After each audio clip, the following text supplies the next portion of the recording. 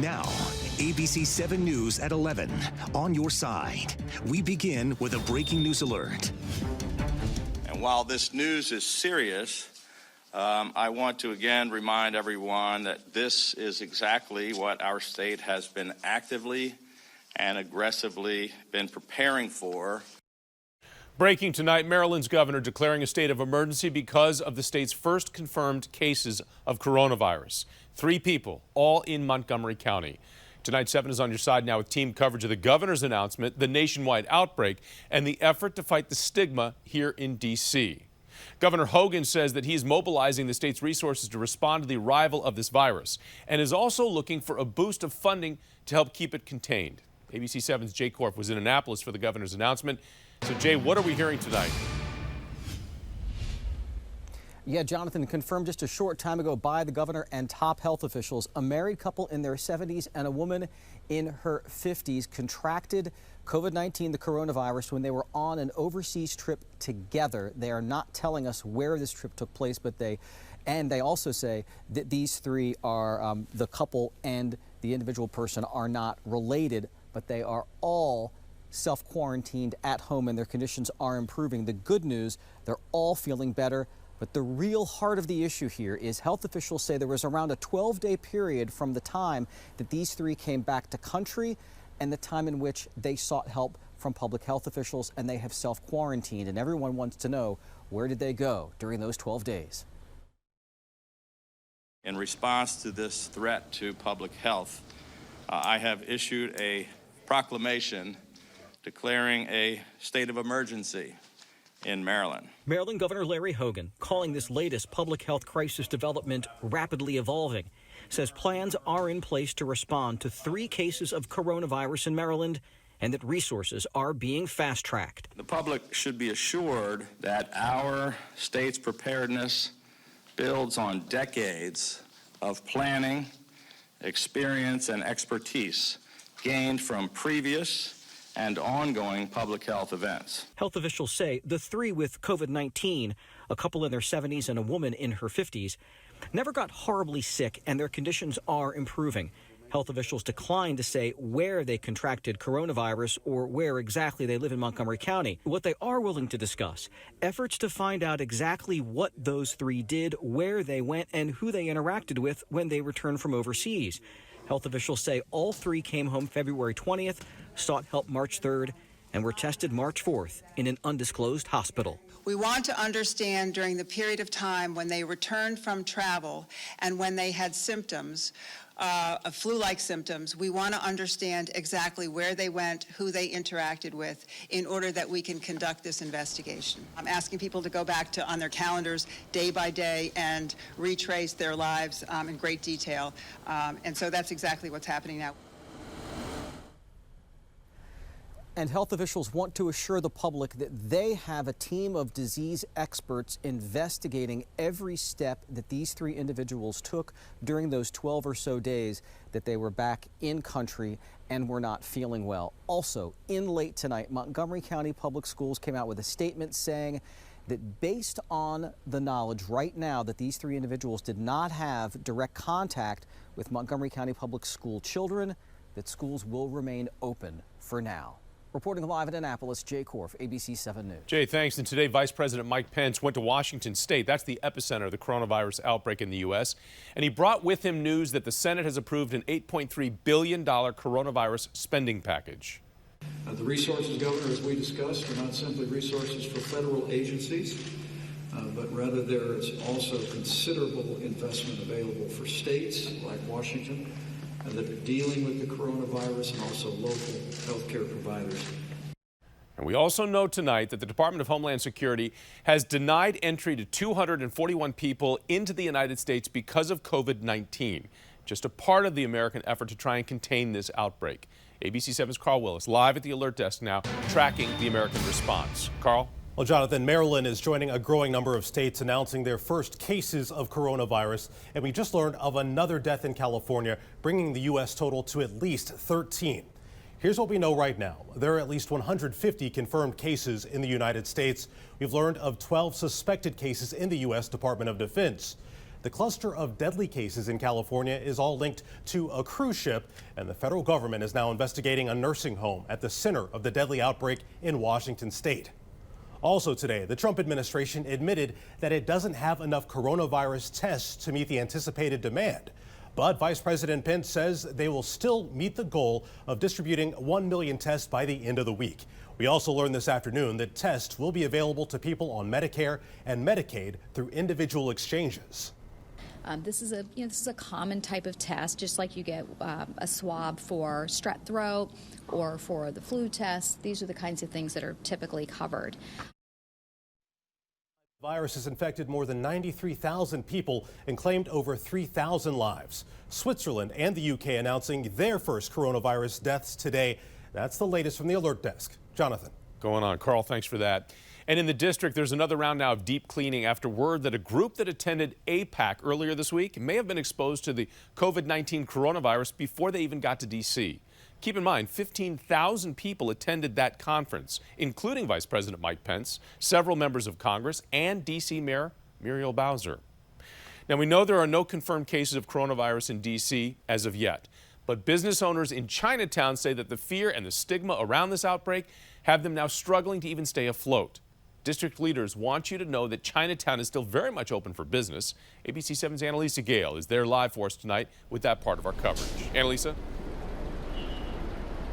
Jonathan, right now the mayor's office is tracking the economic impact associated with the stigma here in the beautiful Chinatown neighborhood. Some are worried they may go out of business if sales continue to decline. Financial impact is being felt before the virus is anywhere near our city. Meta Yi owns this property occupied by the new Big Wong restaurant in Chinatown. The business has been in the Northwest D.C. neighborhood for 20 years. It's usually booming, but as fears of the coronavirus spreads nationally, the business is hurting. My tenant is suffering as a backlash of the coronavirus. As you see, the restaurant's empty.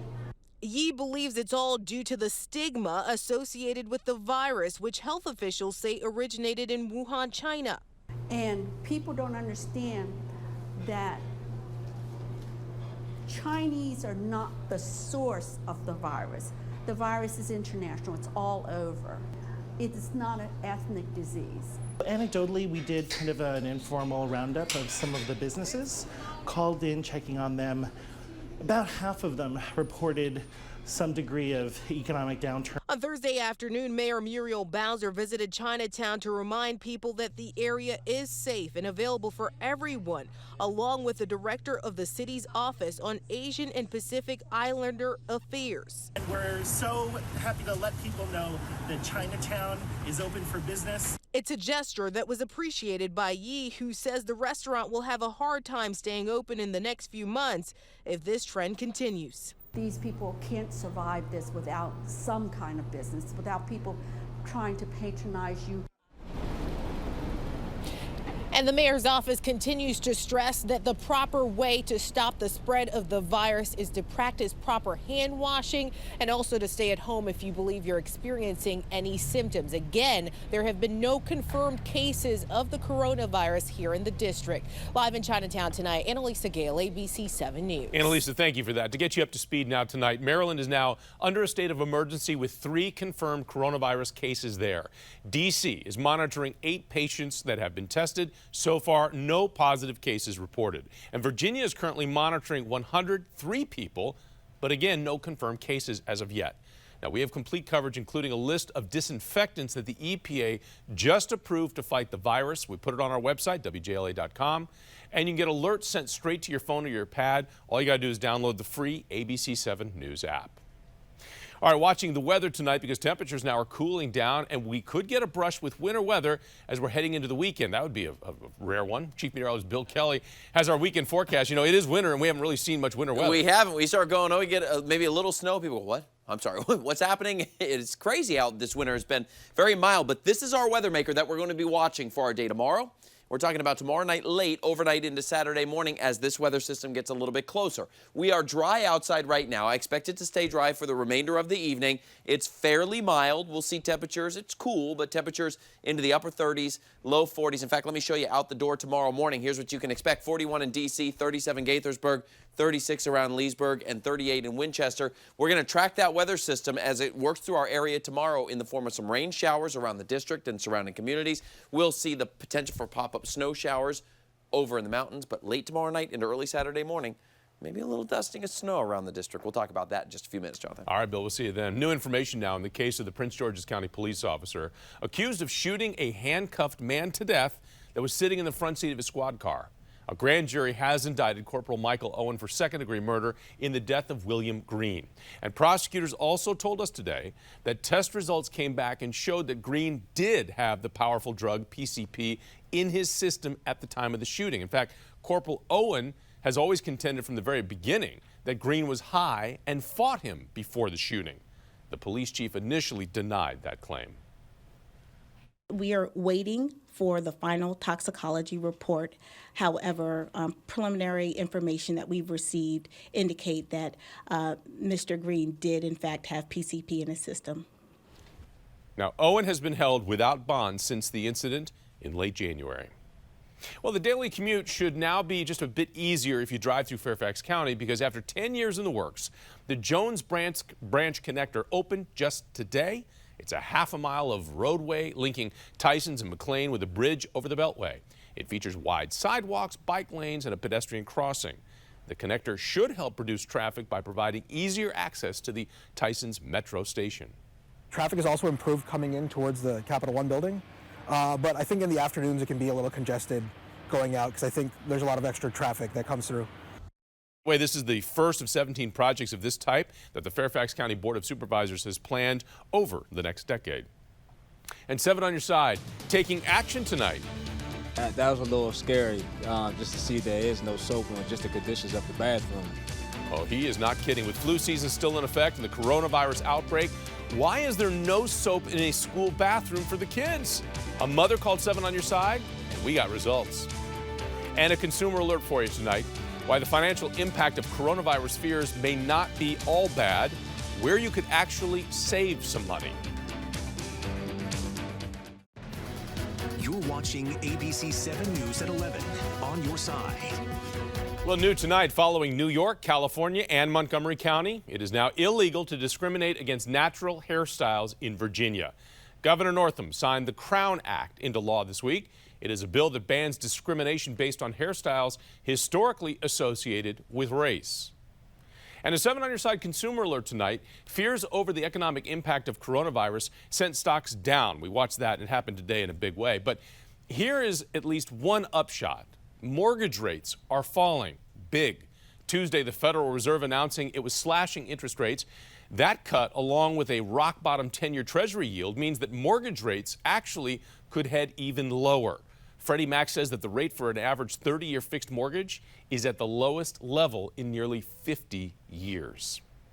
And of course, the best way to protect yourself, we have heard it over and over again against the virus, is to wash your hands thoroughly with soap and water and do it often. But a mother of a Prince George's County middle schooler reached out to 7 on your side saying that her child could not wash their hands at school because there was no soap. Tonight, 7 on your side's Heather Graff is getting answers and results. We've all heard the saying, a picture is worth 1,000 words. And here at Kettering Middle School, that's perhaps especially true when it comes to these photos of a boy's bathroom inside the building. Just disgusting to me. If you look closely, you'll see a tile missing from the ceiling, a sink missing from the wall, plus low water pressure and no soap or soap dispensers to be found. Why don't they have a clean bathroom? That frustrated mother did not want to be identified, but she said this has gone on far too long, and so she turned to 7 on your side for help on behalf of her son. I'm like, why don't you want to use the bathroom? He's like, because there's no soap in there. I said, there's no soap? What do you mean? Ever or just today? Ever.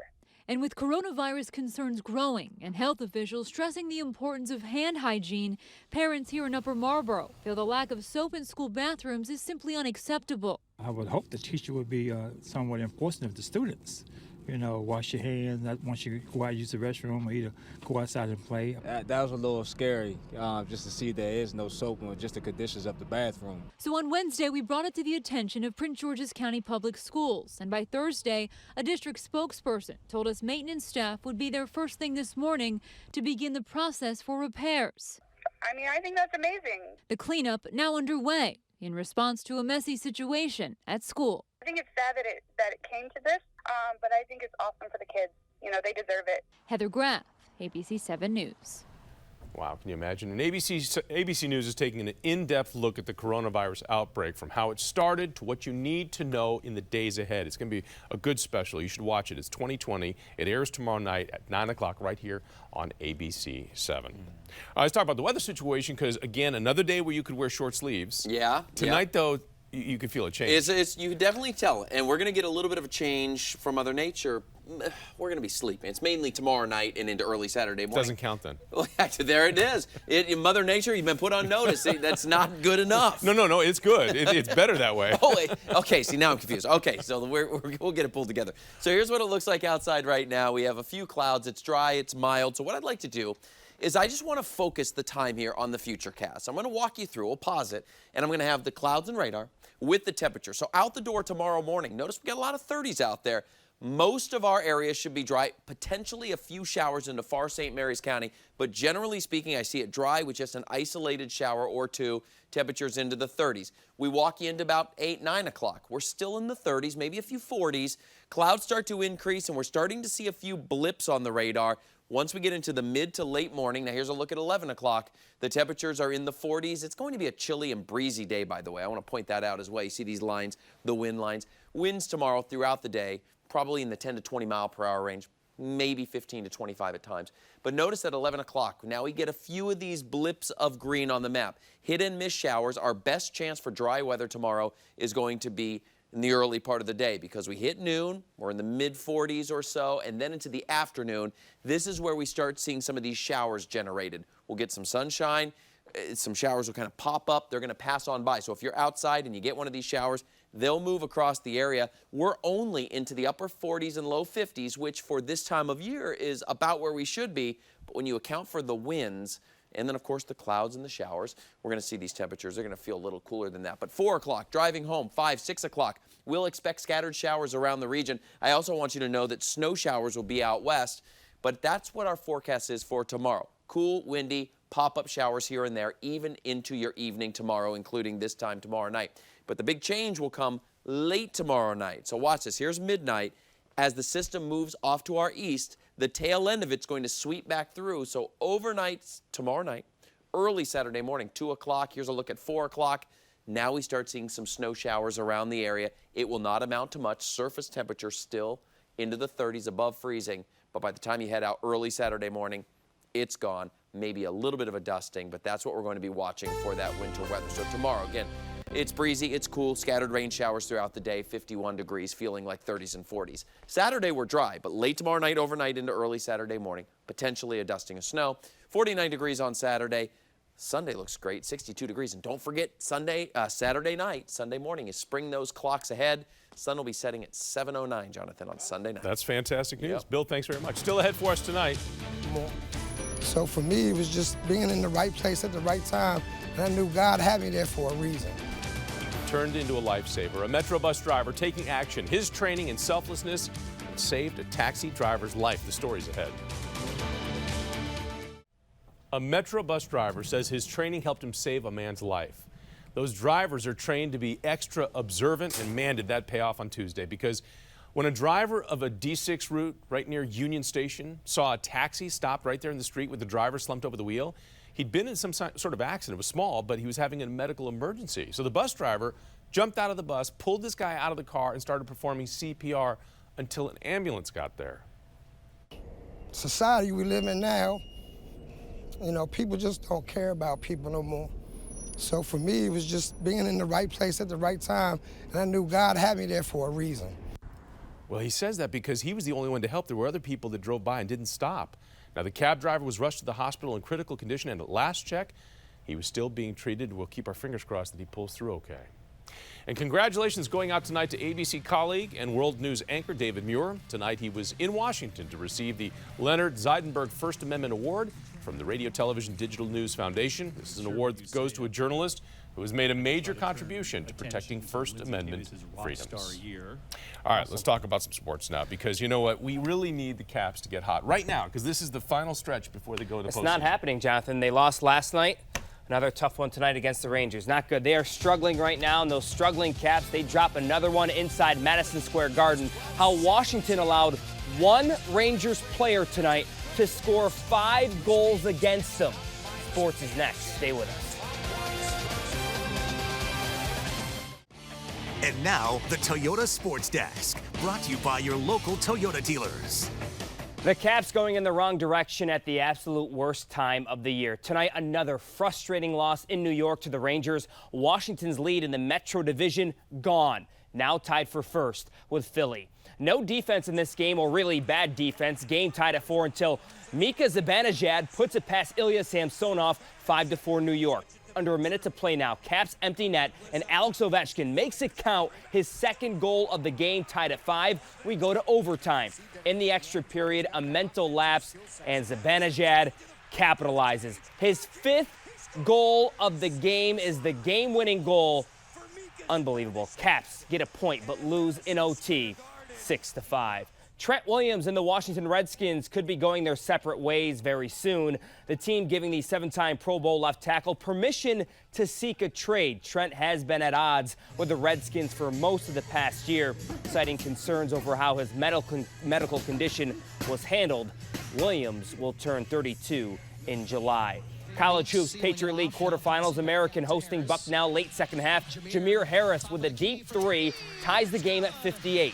Under 30 seconds left. Bucknell up 2, and Jimmy Sotos driving and hits the layup. American upset again at home in the Patriot League Conference Tournament, losing tonight 64-59. And the Eagles finishing the season 16-14. We'll be right back. Stay with us. So what, about a foot of snow tonight? Is that what you're saying? 2 feet. Yeah, that's what we're looking at. I'm sorry, what did he say, Earl? What was that? No, scattered rain showers tomorrow, breezy and chilly. But we're going to have a dusting somewhere.